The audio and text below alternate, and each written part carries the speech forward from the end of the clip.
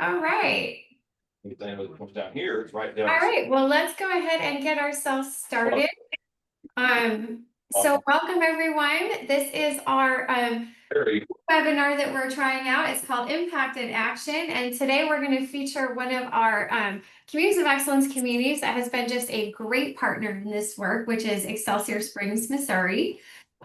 Before we get to them, I just want to give you our agenda. This is only a 30-minute webinar. We will stick around longer for questions, and we'll make sure that we save time in 30 minutes as well for those of you who are here.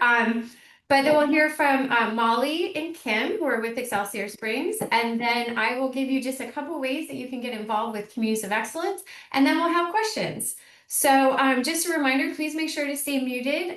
We can see your video, which I love, but I just want you to know that we can see your video. Feel free to use the chat box during the session. I'll be monitoring it, as will Kim. And like I said, we'll have time at the end for questions. So just really quickly, in case you are brand new to Communities of Excellence and wondering what this all is about, we are a nonprofit organization, and we work with communities across the country and in Japan, so we are international, helping communities use the Baldrige-based Communities of Excellence framework as their roadmap to address our big complex challenges in our communities with systematic thinking, action, inclusivity, collaboration, and a commitment to excellence. So with that, it is my pleasure to pass this over to Molly McGovern and Kim Halfhill to tell you a little bit about Thrive Excelsior and the work they've been doing in Excelsior Springs, Missouri. Great. Thank you so much, Stephanie. Good morning, everyone. Good afternoon, depending on where you're joining us from.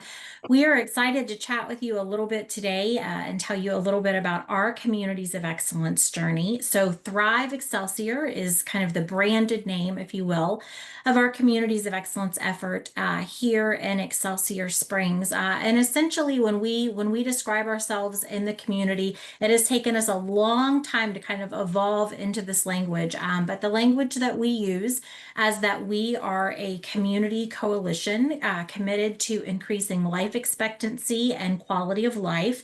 And you'll hear us talk about those two things quite a bit today throughout the webinar, but quality of life and life expectancy here in Excelsior Springs.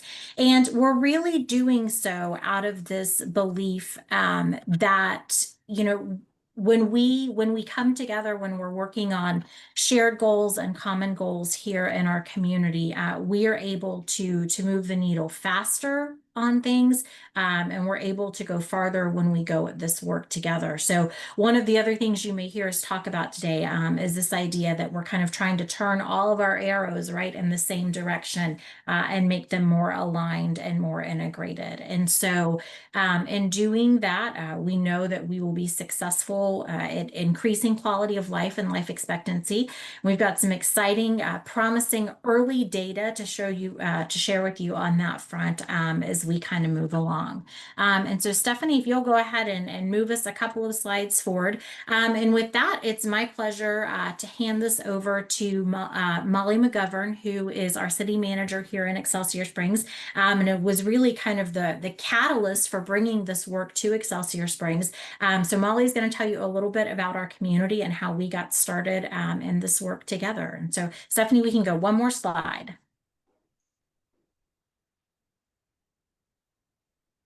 All right. So Molly, you were muted, so we're going to unmute you there. Okay. There we are. Excelsior Springs is a community about 15,000 in population. We count our surrounding area because they identify as being Excelsior Springs residents, even though they're just outside our city limits. We are a suburb of Kansas City, Missouri. And we have a good balance in Excelsior Springs between residential, industrial, and commercial developments. So there could be residents that rarely leave the community because their needs are met within Excelsior Springs. But we also have, due to our proximity to the metro area, can provide broad opportunities that enables our residents to become a part of a smaller community and seek jobs and entertainment or medical and shopping that you would not find in a small community. We also embrace our history of tourism in our community. If we go to the next slide, This is kind of why we chose Communities of Excellence as our vehicle to get us to address some larger problems. I would call them deep-seated issues in our community. So we sought Communities of Excellence because we felt like we needed to build relationships in our community and enhance our leadership opportunities. That's how we believed we would together seek solutions or strategies for these issues. We wanted to have more people at the table and diverse perspectives. So we would not gain any direction or traction if we continued to listen just to ourselves who were sitting at the table. We had to invite others. We are very involved with our hospital, school district, and city government, as well as our social service agencies to craft our solutions together. So by putting the Communities of Excellence framework into practice, we've been able to build alliances across the community and have a good working strategy that we're checking in with and measuring our success. We have, as part of the key of our process was using the community to help us select the issues, to identify what we all believed were the issues of our community, and those became the things people were ready to work on. We have also been very pleased with the creation of a community leadership academy that is building a leadership, and our city government is using those graduates to feed them into the volunteer system, boards and commissions, and other activities in the community, so they're becoming involved. It's been a really good process for us. Kim, I think, is going to take the next slides. I am, yeah. So I'll thank you, Molly. I will talk a little bit more about how this all works kind of in practice as we're doing this community work together. So the image that you see on the screen represents our leadership system. And one of the things that you might notice right away is that it's not a traditional hierarchical or even like linear model that we think of when we think of leadership systems and leadership structures and organizations. It really does look different in a community setting. We operate with more of a distributed leadership system where many people in our community and kind of around our table, if you will, are empowered to be part of the decision-making process. And this type of leadership system, it really does support our mission and vision that you see there on the screen also, right? We know to achieve our goals, we need many people across a wide range of sectors who are passionate about investing in our shared success and our community. And so in this image, you'll notice those four kind of colored interconnected circles, and those represent 4 task forces that carry out our strategic plan. So our current version of our strategic plan is aligned around these 4 areas, 4 task forces. Our community engagement task force, they have programs that are designed to increase community connection, including the Community Leadership Academy that Molly mentioned. Our Health and Wellness Task Force, they have strategies around reducing chronic disease through a variety of different strategies, including increased access to healthy food, as well as increasing access to preventative care. Our Economic Vitality Task Force works on issues surrounding entrepreneurship and then really building those employment connections and talent development here in our community. And then our Housing Task Force works on reducing blight and eliminating severe housing problems. And so if you notice the interconnectedness of those circles, right, and it's all kind of around, right, our steering team, and then my role as the community coach, we kind of keep all of those trains on the track with our task forces. But all of those task forces, their work is very much interconnected, right? You know, to move one of these things, we kind of have to move all of the others along with them. And that's what makes this effort successful and makes this effort work. So one more look at our kind of our cross-sector collaboration and how that works here in our community. If you've spent any time with Communities of Excellence and looked at our materials before, you may be familiar with kind of that community roundtable diagram we have. And this is our modified version of that we use here in Excelsior Springs. And again, you'll kind of notice all of the different sectors and partners that are built around that table. All of that work is interconnected. And if we're going to be successful at increasing life expectancy and quality of life, we know that we need all of those partners around the table to have a voice and really have a stake in the decision making, and then also carrying out these strategies to kind of move those needles that we talked about. One of the things that's really brought this home for me, even just here in the last few weeks, right? So a lot of this work we do, right? This is a long game. You don't move life expectancy. You don't change quality of life overnight. And so it's nice when we have those little wins and those aha moments where we can all look at one another and go, this is working. And so just a couple of weeks ago, in an email exchange that I was copied on between one of our task force members, or one of our task force co-chairs, as well as a new member of that task force. And I'll just read this quote to you. The task force member was essentially saying, well, if this comes down, top down, like this is the way we have to do this. And the task force co-chair said back to this person, Thrive Excelsior doesn't really have a top to bottom. It's a collaborative effort of residents and city leaders working in their fields of expertise to move these objectives forward. And I was like, yes, we're getting it, right? We're doing this work together. And so it's always exciting to see those wins and see people continue to recognize how much we need all of these sectors at the table. And it really is shared work that we do together. So a lot of the times when we talk about our work together, we get asked the question, well, is it working? Like, are you accomplishing anything? And although it does take some time, because as I mentioned, we're definitely in the long game here, we are seeing some really exciting, promising results in our community that we're excited to share with you today. So I'll kind of walk you through those now. And so one of our impact highlights that I'll share is in the area of housing. And we have a community scorecard here in Excelsior Springs that is modeled after the Communities of Excellence Common Community Scorecard, which has been a great tool and resource for us. But it also perfectly lines up with our strategic plan and the initiatives that we're working on here in our community. And so one of the things, as you heard me say, that we've been working on is reducing blight in our community, and also reducing issues, that severe housing problems in our community, or suboptimal housing is another way that we talk about that. So this is census data that we use to measure and track this. And since 2018, we have just seen the rate of suboptimal housing in our community decline by 7%. And so you can see that slide there on the screen. We are lower than both the state and the national averages of suboptimal housing. And we're really excited with kind of the trend that we see moving in that direction with housing.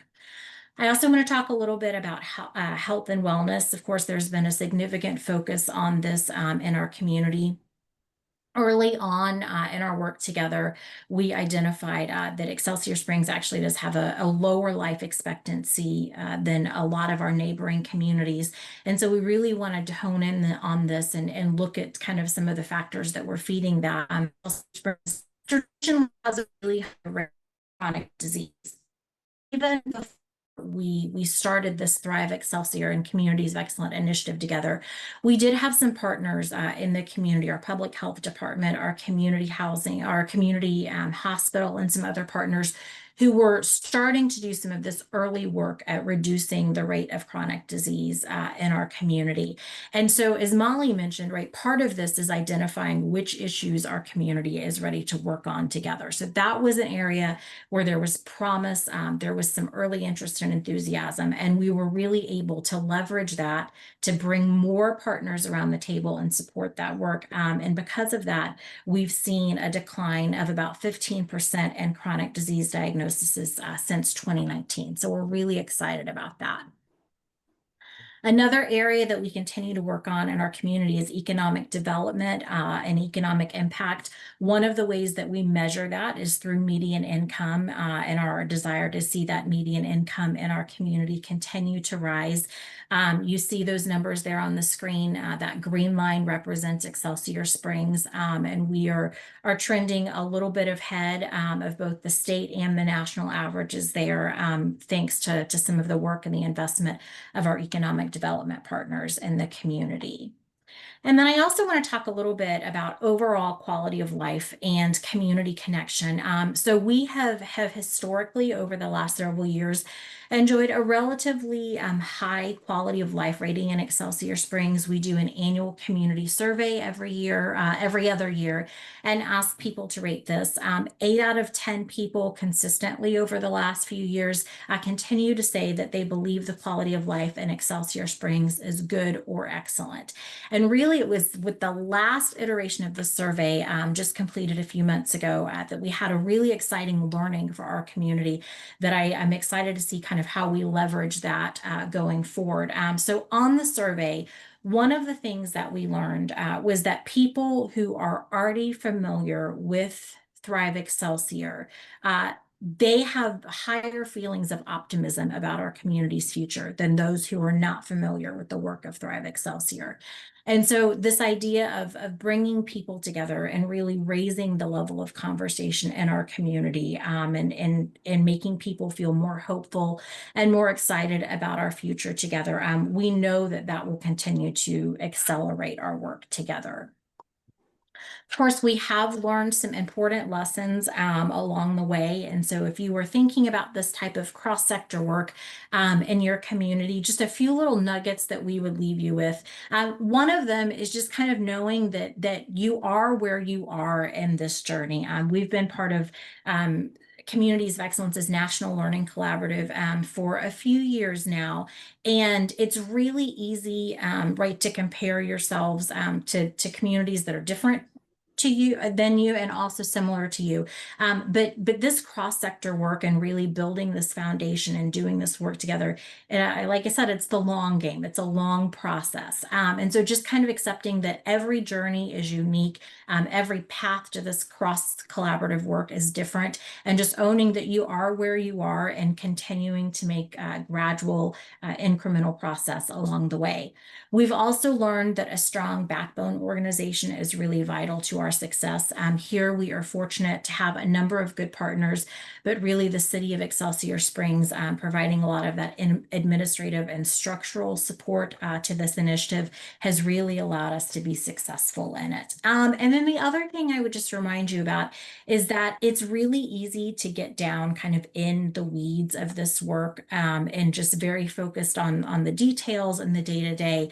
And that is so important. And it's also important to be able to pull up, right, to kind of look at the big picture, how all of those things are interrelated, and celebrate those wins along the way. And so you definitely want to make sure that you have people around your community roundtable who are good at both of those things, right? Those detail-oriented people, but also those people with the big vision and the big ideas that can keep you motivated and excited to move forward. So as we think about looking ahead and kind of what's next for us, I love these two pictures. The one on the left side of your screen was kind of one of our very first community town halls, if you will, where we brought together a lot of different community leaders to figure out like what we had the capacity and the interest to work on together. And then the picture on the right side of your screen is most recently taken just a few weeks ago at our strategic planning retreat, where we were in the process and starting the process really of building our next 5-year strategic plan. So we continue to have people invested in this work together. I do think the people right on the right side look a little less confused, right, than the people on the left side of your screen. But as we continue to think about what's next in this work, we will continue to really strengthen and kind of shore up the way that we are measuring impact in our community, to be able to articulate that better over time. That has been a growing edge for us for a number of years. We're getting there. We've still got some work to do there. We continue to look for ways to really improve our conversation and our communications with residents and stakeholders. How do we connect with the people who aren't on social media or don't subscribe to the local printed newspaper anymore? How do we reach those people? And then continuing to increase the effectiveness and the efficiency of our task forces to ensure that this work is meaningful for them and really continues to serve us well in achieving our goals. So that's a little bit about our journey here in Excelsior Springs. Stephanie, with that, I will hand it back over to you. All right. Well, thank you so much, Molly and Kim. That was really fun and then just great to hear. It's great to hear. And I have some questions for you too, but before we open this up for questions from everyone, I do want to just take a moment to tell you about some of the programs that we have. So over the last year, I spent time meeting one-on-one with pretty much all of our community leaders and trying to find out, what was working about the National Learning Collab we had and what could be improved. And through that, we had amazing feedback. And we have kind of revamped the way that we're doing our work and support for communities into what we call now the impact pathway. It's broken into 5 milestones. And each of these milestones is a 3 or 5 month online program, virtual live program. And so no matter where you are in that journey, you can plug yourself into one of these milestones. And if you don't feel at the end that you're ready to move directly into the next one, we've scattered out the start dates for them as well. So there is more information about the impact pathway and these different milestones on our website. And I think we're going to put a link into the chat box as well. But we are starting milestones 1 and 2 on October 7th. If you're interested in getting your community or your team started with that. The next is the engagement packages. So in addition to the milestones, we have this amazing collection of knowledge and resources and tools and promising practices that we really want to be able to share with all of you. And so we put them into these packages that you can look at as an individual, an organization, a community group of cross-sector leader team coming together, or we can customize packages for you. So you can learn more about that under our website at engagement packages. And this does include access to our digital scorecard, which I think is one of my favorite of our current resources, along with all the tools and templates that we have, which is very fun. And then finally, you don't want to miss this. Our conference is coming up on October 14th and 15th. We have 2 amazing keynotes. The first keynote is Quint Studer, who's going to be talking about the downtown revitalization in Pensacola, Florida, but also just has a wealth of knowledge about engaging the business sector, engaging those with more resources than many of us, and lots of just really interesting things that he's learned along the way in their downtown revitalization there in Pensacola. So if you have any questions about any of those programs, I would love to talk to you. This is my contact information. And again, you can take a look on our website as well. But with that, I want to make sure that we save some time for your questions. So one of the things that I really have enjoyed, and I think sometimes this only comes through when you get to spend enough time with people and talk to them, is some of the unexpected results and benefits that have come out of this work. So we got to see some really good, kind of tangible, measurable outcomes. But what are some of the outcomes that maybe aren't as easy to measure or that maybe like you didn't expect that have come out of this? Molly, do you want Well, to chat a little? Yeah, go ahead, Molly. I'll say one thing that's overriding everything is we feel ahead of any new discussions about problem areas or our ability to solve them, mostly because we have assembled the team and we have working relationships and can mobilize quickly to address a problem. So we started before COVID. This became true for us as we quickly developed solutions to things that were needed during COVID. And it's kind of continued. The relationships that got built really, really feed into the ability to have working relationships to solve whatever the problem combinations might be. Nice. That's great. Yeah, I would absolutely echo that. One of the other things that has been just a delightful, surprising addition to our community is that we have a new psychiatric and behavioral health unit at our hospital. And while we would certainly never take credit for that alone, one of the things that we have heard our hospital CEO say, which is a great partner of ours, is that it was actually in a Thrive Excelsior Citizens Leadership Academy where they were really listening to some of the residents talk about the struggles of mental health of our youth today. That really was kind of the push that they needed to go, this is something that we really need to bring to our community. And I can't imagine our community without that piece of the hospital today. this particular thing, it brought a resource to our school teachers and our what would you call our family doctors, that they have now something to refer to. That, you know, there were children that might have been on a waiting list for months when they had suicide tendencies. And can you imagine that being a solution for any other illness that would be fatal? It just is the excitement from all the groups in town that saw that they had a referring agency to deal with a problem that was really crushing their souls. For sure. Wow, that's amazing. Thank you. Does anyone else have questions? Well, I promise Kim not to ask a hard one, but I will. I'm Brian.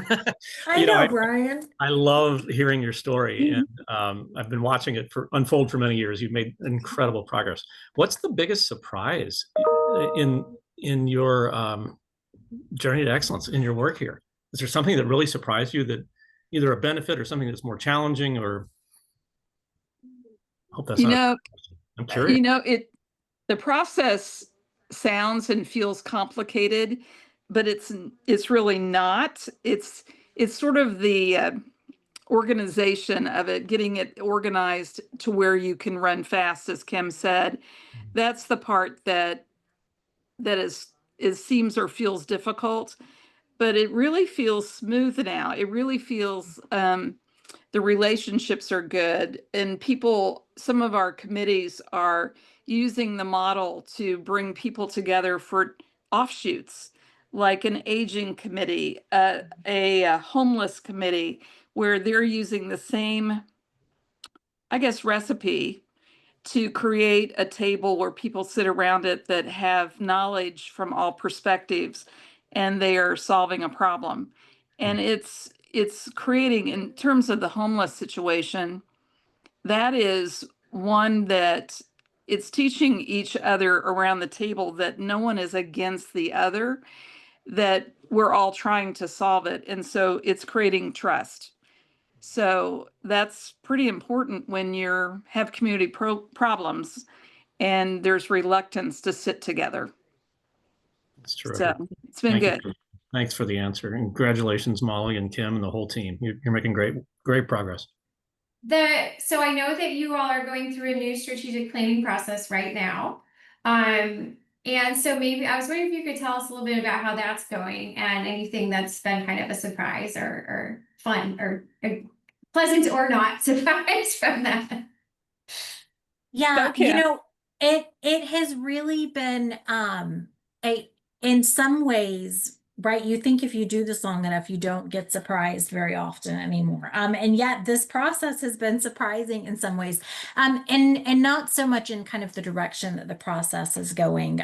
You know, we are better informed in terms of data. And so all of those things I think are coming together kind of in the way that we expected them to. But just I have been pleasantly surprised from some of our task force co-chairs and our community members who are invested in this process.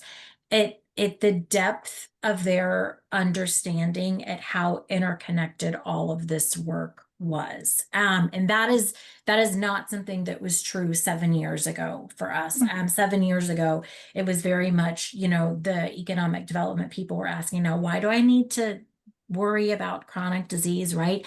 And so, but now just this shared understanding of how deeply interconnected all of these pieces are, and really people's passion behind having all of these pieces at the table, and really, you know, all of the seats around that community roundtable filled, no matter kind of what issues or what direction our strategic plan may take us, just the acknowledgement and the understanding of how important and interconnected it all is, has been just a really, really fun surprise to watch unfold. That's excellent. Thank you so much. Well, I'm going to go ahead and unofficially wrap this up for now. We can stick around for a minute or two if if any of you are shy and want to wait and ask us a question. But I do want to thank you all for attending. I hope to do more of these webinars, short and sweet, and kind of show the impact that's been going on in our communities. And I do encourage you to reach out to me if you want to talk about any of these next steps with us. So thank you so much for joining, and thank you to Molly and Kim, and congratulations on the amazing work that you're doing. So thanks, everyone. Have a great day.